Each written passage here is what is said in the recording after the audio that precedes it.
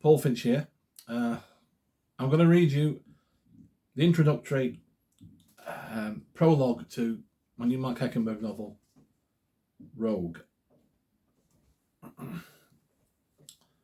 November. Swirling leaves. Sky is the colour of sheet steel. It didn't matter that most shop fronts sparkled with Christmas, or that roasted chestnuts were being sold on street corners. It was still November, and when his aimless jogging took him off the rain-wet streets, he entered a colourless realm of dead branches and muddy riverside tracks. And it was cold too, of course, always cold. Not that deep, gnawing winter cold, but the seeping autumnal kind, the damp kind, the sort that penetrates your bones. It was made worse this year because even though running was now the only thing he did, he rarely dressed properly for it, most of the time wearing sweatshirts without vests, shorts without underpants, training shoes without socks, jogging stiffly and slowly, feeling the cold but not noticing it, his heavy, trudging footfalls taking him in whichever direction he happened to be facing, one day south towards Putney, another day east towards Battersea, another north through West Brompton and South Ken. It didn't matter which way really, because he never did anything when he reached his destination. One time he trotted as far west as Twickenham. On this occasion the pelting rain had turned to icy hail, and armoured as he was with studied indifference, that was something he couldn't ignore. So he'd ridden back on the tube, the only person in his compartment, for 5 stops. Not that he'd noticed. As was often the case, he'd been elsewhere at the time. A woodland at twilight. Stroboscopic gunfire. A car turned to perforated scrap. And blood. So much blood. The sordid imagery wouldn't leave him even when he got back to his flat.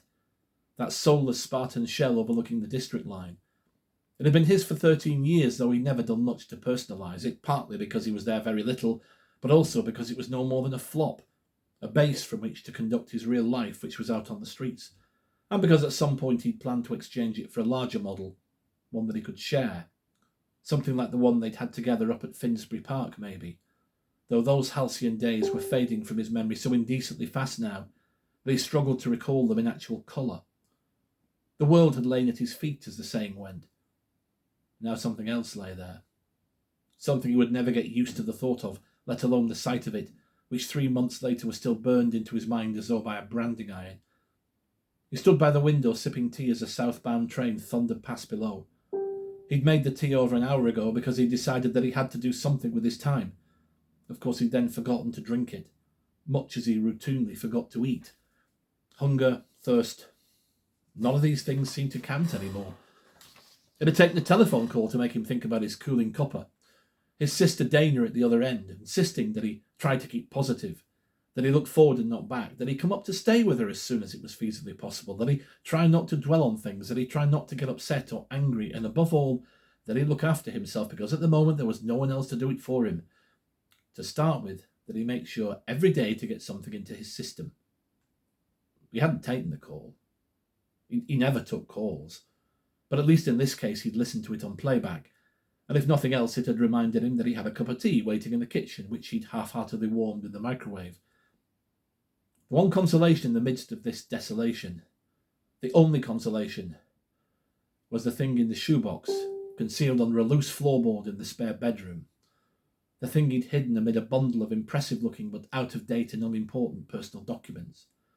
The thing he'd wrapped carefully in a sterile evidence sack, though he'd never surrendered it to any official exhibits officer, and never would, because this was his, and his alone.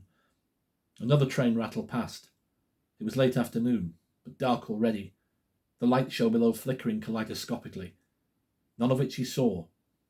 His mind had strayed again, to a quaint English woodland, strafed by gunfire.